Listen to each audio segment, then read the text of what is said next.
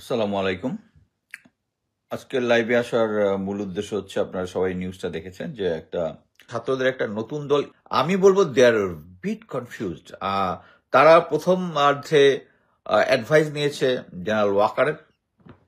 একদম আমি গ্যারান্টি দিয়ে বলতেছি তারা জেনারেল ওয়াকার তাদেরকে বুঝিয়েছে যে ইসলামিক দলগুলোকে মিলিয়ে তারা একটা করবে, বিএনপি নাকি বিরোধী দলে পাঠিয়ে দেবে। দ্যাট প্রজেক্ট ফেল হওয়ার পরে এখন জেনারেল ওয়াকার এখন বিএনপির দিকে ঝুঁকেছে, কারণ জানে যে এখন স্ট্রেংথ বিএনপির দিকে, এবং হি অ্যাবান্ডন দ্য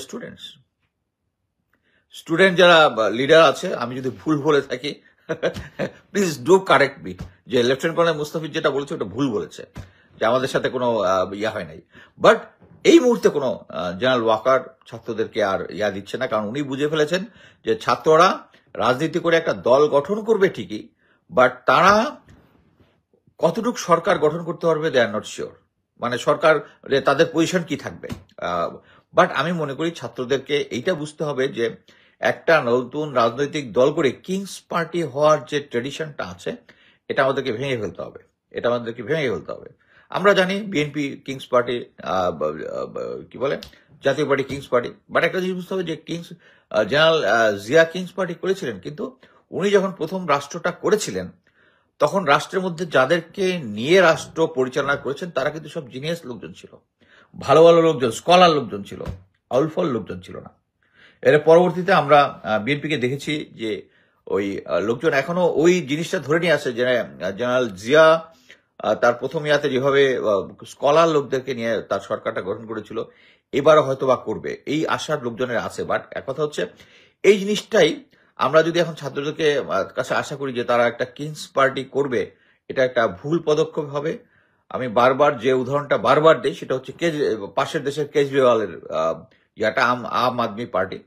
উনি সরকারি চাকরিজীবী ছিলেন, চাকরি ছেড়ে দিয়ে গঠন করেছেন, ওখানে কোনো গোয়েন্দা সংস্থা তাদেরকে সাপোর্ট করেনি।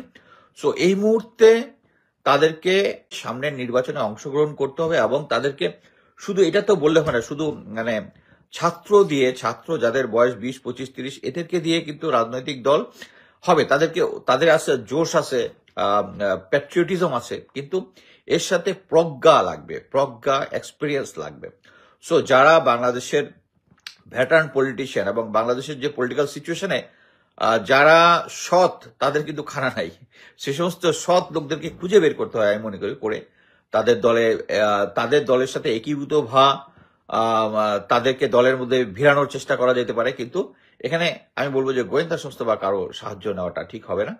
এবং আমি মনে করি যে এই মুহূর্তে সম্ভবত জেনারেল ওয়াকার বা গোয়েন্দা সংস্থা সম্ভবত তাদের এই প্ল্যান, যে ম্যানিপুলেশনের প্ল্যানটা, আমি যদ্দূর শুনেছি তারা আর করতেছে না। বাট যদি করে তাহলে আমি জানবো অবশ্যই সাথে সাথে।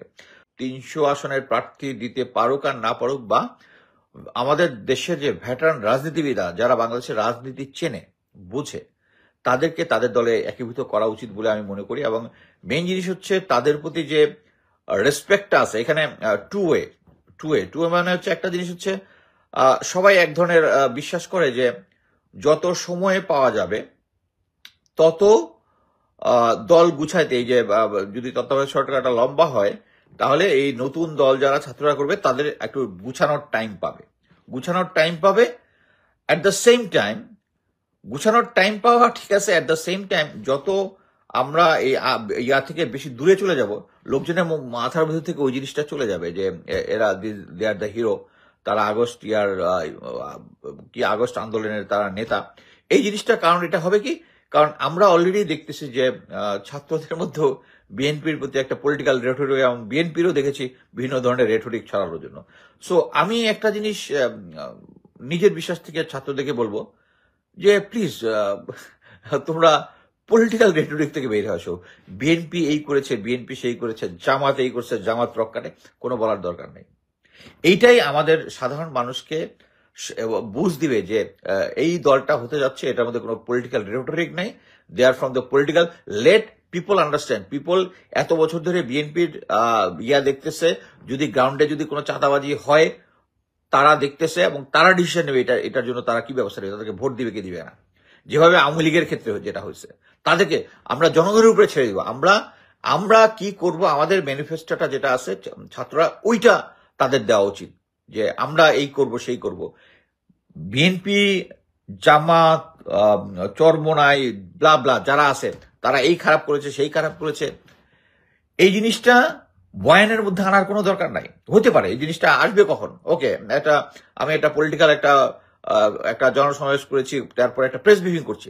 প্রেস ব্রিফিং এর যদি কোনো কোশ্চেন আসে, ওখানে পলিটিক্যাল রেটোরিক না বলে তার পয়েন্ট অফ ভিউতে there are lot of diplomatic ways telling the, মানে আমাদের মিলিটারিতে অনেক আছে, কিছু আছে।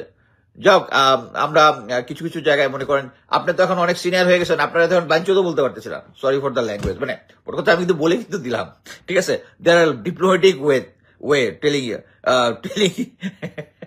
What they really deserve.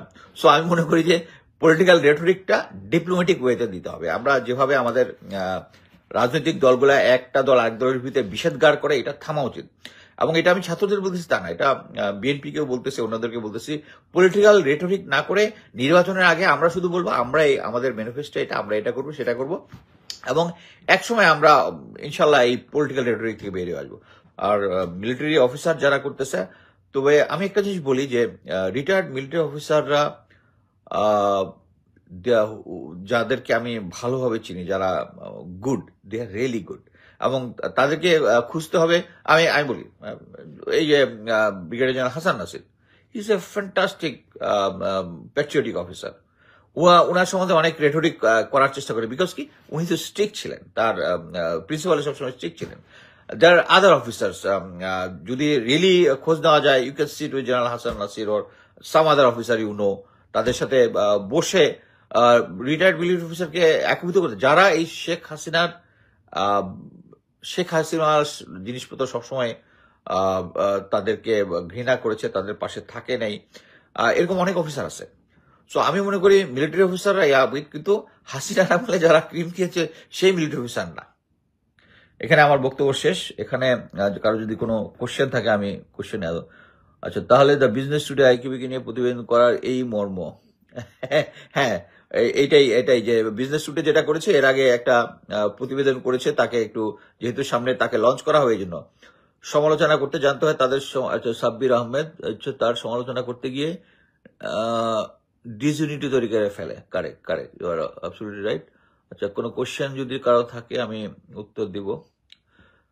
Sir, say something about Pinaki, Doctor. He is supporting IKP. হ্যাঁ, পিনাকিদার সাথে আমার কথা হয়েছে এই ব্যাপারে নাম্বার অফ টাইমস। আমি বলে দিয়েছি, দাদা I am your supporter, but এই বিষয়ে যতবার বলবেন আমি এটার বিরোধিতা করব। এনিওয়ে, এখন আর অনেক, মানে ওইটার পরে আমি দাদাকে দেখি নাই ইয়া করার জন্য, সাপোর্ট করতে। আর দেখা যাক। স্যার, সে সামথিং অ্যাবাউট পিনাকিদা, আচ্ছা, এটা তো আমি কথা বলেছি। আর কিছু কারো কোনো কোশ্চেন? জাতীয় সরকার গঠনের জন্য সব জায়গায় থেকে শেখ হাসিনার দোষীদের বিতাড়িত করে গণহত্যার বিচারের জন্য আপনাদের আর অফিসার আগস্ট 1 তারিখের মতো জোয়ার ভূমিকা রাখবেন প্লিজ। আমি দেশের বাইরে আছি, আমি তো মোট কথা হচ্ছে আমার পয়েন্ট অফ ভিউ হচ্ছে, আমি 28 বছর সেনাবাহিনীকে আমার যতটুক আমি দিয়েছি, বিদেশে এসে আমি অনলাইনে যতটুক করার দিতেছি। অর্থাৎ ওখানে গ্রাউন্ডে যারা আছে, দেয়ার লট অফ অফিসার্স যারা হার্ডকোর অফিসার এবং যারা সত্যিকারের প্যাট্রিয়টিক, আপনি খোঁজ নিয়ে দেখেন তারা এখনো ভালো চাকরিও পাচ্ছে না। যারা বিভিন্ন গভর্নমেন্টের বিভিন্ন জায়গায় এখনো ইম্পর্টেন্ট জায়গাতে যারা আছে, তারা সবাই আওয়ামী লীগের। এবং দেখেন যারা আওয়ামী লীগকে ব্যাকআপ করছে, তাদের আমি জানি, আমার ফিউ ফ্রেন্ডস যারা আওয়ামী লীগের সাথে ছিল, তাদের চাকরির অভাব হয় না। আর যারা একটা solid officer, engineer background and other things, আমার সাথে কথা হয়েছে, সে এখন পর্যন্ত একটা চাকরি পায় নাই। দে আর প্যাট্রিয়টিক অফিসার, তাদেরকে কেউ খুঁজেও পায় না। এটাই হলো হার্ড ফ্যাক্ট। আচ্ছা, থ্যাংক ইউ। এরপর আর কিছু আছে? Thank you. আজকে আমার এখানে বক্তব্য শেষ।